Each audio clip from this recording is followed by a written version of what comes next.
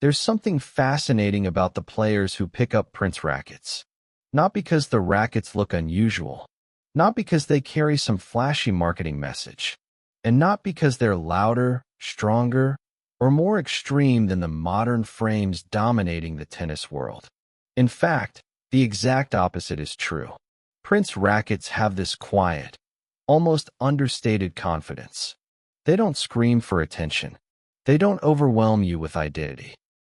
But somehow, the players who choose them stand out. And they feel different in a very specific way. Different in a way that seems intentional, expressive, almost rebellious. Today's episode explores that feeling. The psychology of why certain players resonate deeply with Prince rackets. The emotional meaning behind choosing a racket that has always stood slightly outside the mainstream. And the unique way Prince frames allow certain players to express parts of themselves that other racket brands never quite touch. Because Prince isn't just a racket manufacturer. It's a personality type. It's a mindset. It's a counterculture inside a sport that often pressures players to look the same, swing the same, and think the same. And for many players, that difference feels like freedom. Let's begin with something subtle but important. Prince has always represented the alternative voice in tennis. While other brands built their identity on power, dominance, or modern explosiveness, Prince built its identity quietly around innovation, unconventional designs, and creativity.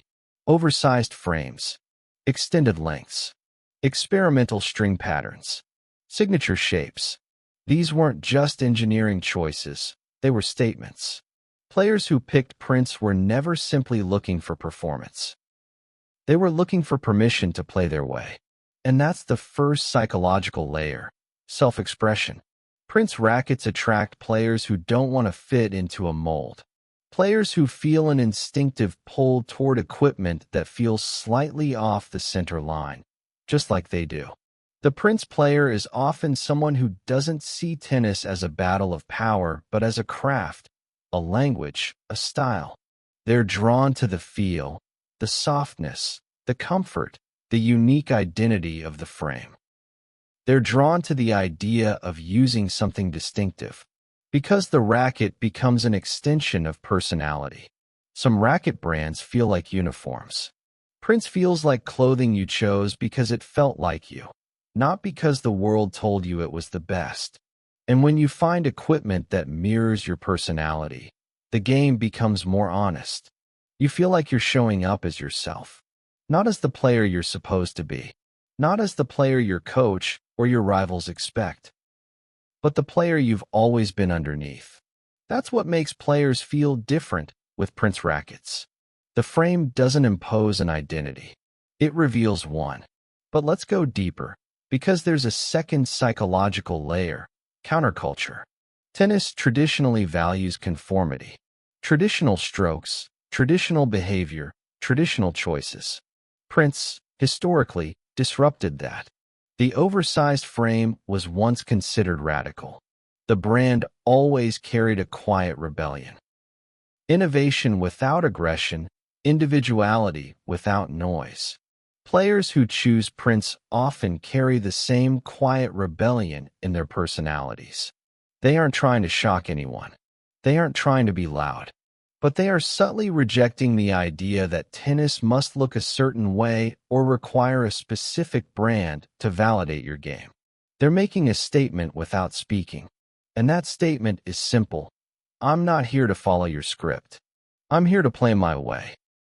That psychological sense of autonomy is powerful. When you feel free to choose something unconventional, your mind opens up. Your creativity expands. Your confidence stops depending on external approval.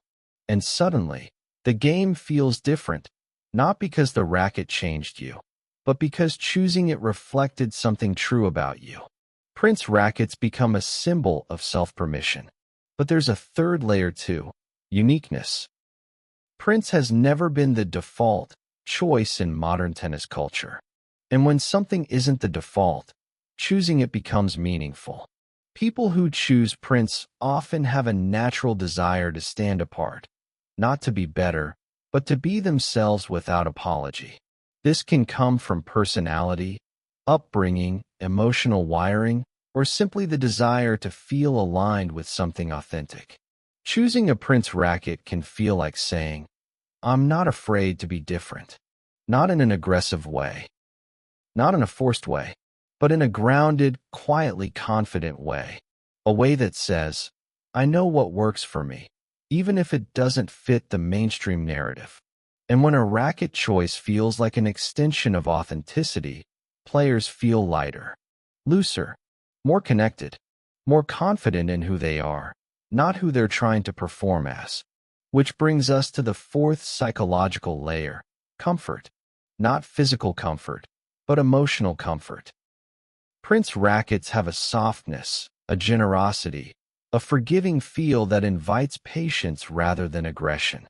Some players need that. Some players thrive when the racket feels like a partner instead of a weapon. Some players want connection more than domination. And that emotional resonance creates a deeper bond with the equipment. The racket feels trustworthy, safe, familiar, not flashy but loyal, not intimidating but grounding. This emotional comfort echoes into the mind during matches. When the equipment feels like an ally, your nervous system relaxes, your decision-making improves, your confidence stabilizes, and your game expresses more naturally. This is where psychology merges with performance. The more yourself you feel with your racket, the better you play.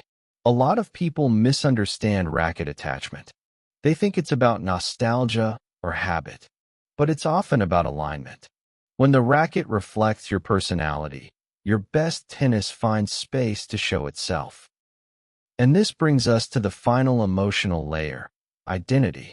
Players who use Prince often describe a feeling of belonging, not to a trend, but to a lineage of creativity and independence. Prince rackets remind them that tennis is not just power, not just speed, not just conformity. Tennis is artistry, interpretation, personal expression.